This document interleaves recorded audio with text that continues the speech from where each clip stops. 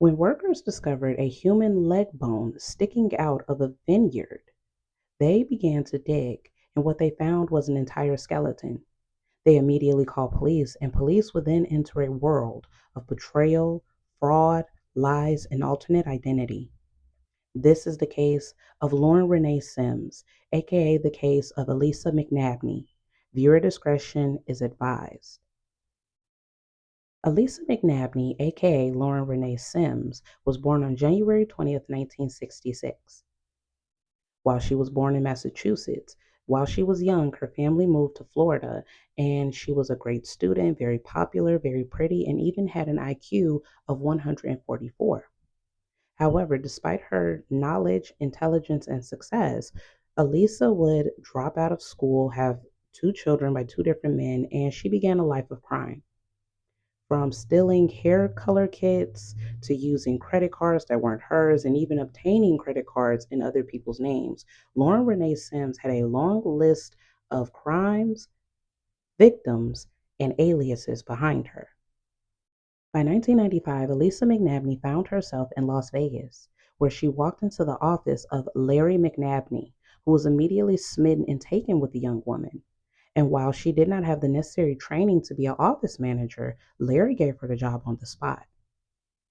His friends and his coworkers warned him not to and warned him to be careful, but Larry was a grown man and felt he could do what he wanted, and he was a big boy. He knew how to fire someone if they crossed the line. And Elisa did her best to charm him and his fellow coworkers and friends. However, it wasn't long until Elisa began her old life of crime. Elisa would embezzle more than $140,000 from clients at Larry McNabney's law office in Las Vegas, thus causing him to close down his law office in Las Vegas, and then the couple relocated to California, where Elisa McNabney became Larry's fifth wife. It was also during this time that Larry began to give Elisa more power over his businesses and his finances. And due to Elisa's love of horses, Larry also built a semi horse farm on the property that their house was placed on. And he also paid for Elisa to take horseback riding lessons, horse breeding classes, everything for his horses. Larry provided, both physically and financially. It was also during this time that Elisa McNabney reconnected with her daughter Haley, who was now a teenager. Haley felt like she could trust her mother, and she felt like, even though my mother hadn't been in my life for so long, maybe I should give her another chance.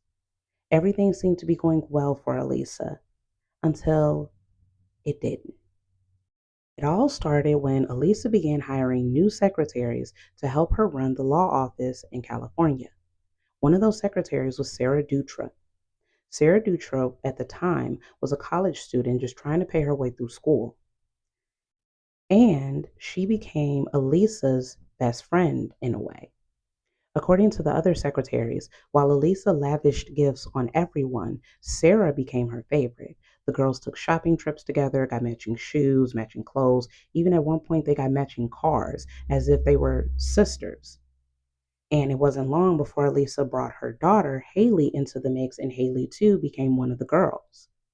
And everything seemed to be going well. Money was flowing into the law office. Larry McNabney was happy both with his new wife, his new career of horseback riding, and the fact that he had a new stepdaughter. He had this beautiful home, this new law office. Larry felt like everything was on the up and up. However, Larry should have been keeping a closer eye on his finances in his law office more than his horses. Because while Larry was doing his job as a lawyer, Elisa was not doing her job as office manager. While many clients were paying what was owed to Larry and his law office for his services, the law office, or at least the bills of it, never saw any of that money. Elisa would either pocket or spend the money that clients came and dropped off via checks, cash, whatever. Even one of the secretaries, her name was Ginger, she said that she began to feel like the spending was getting out of control. She began to feel like Larry is not going to be happy if he comes here one day and finds out that this is what we've been doing. However, According to Ginger, she was ordered to keep her mouth shut and just enjoy her life for the time being. In September of 2001, Larry McNabney mysteriously fell ill. Some of his horseback riding friends claimed that they seen him and he was vomiting, he was very sweaty. They thought he had a mild case of the flu or had picked up a stomach bug or something. They advised him to go to the hospital, but Larry said he's not going to do that. He continued on to a horseback riding competition in another city in California where he fell off his horse in the middle of the tournament. Elisa McNabney and Sarah Dutra rushed in to get Larry off of the field. The last time anybody seen Larry McNabney alive was in the hotel lobby where he was being wheeled in by his wife Elisa and Sarah Dutra. Or you see, Larry McNabney did not have a stomach bug, a virus, or even the flu. Larry McNabney was purposely being poisoned by his wife and her assistant, Sarah Dutra. The girls were poisoning him via horse tranquilizer. And you heard that correctly.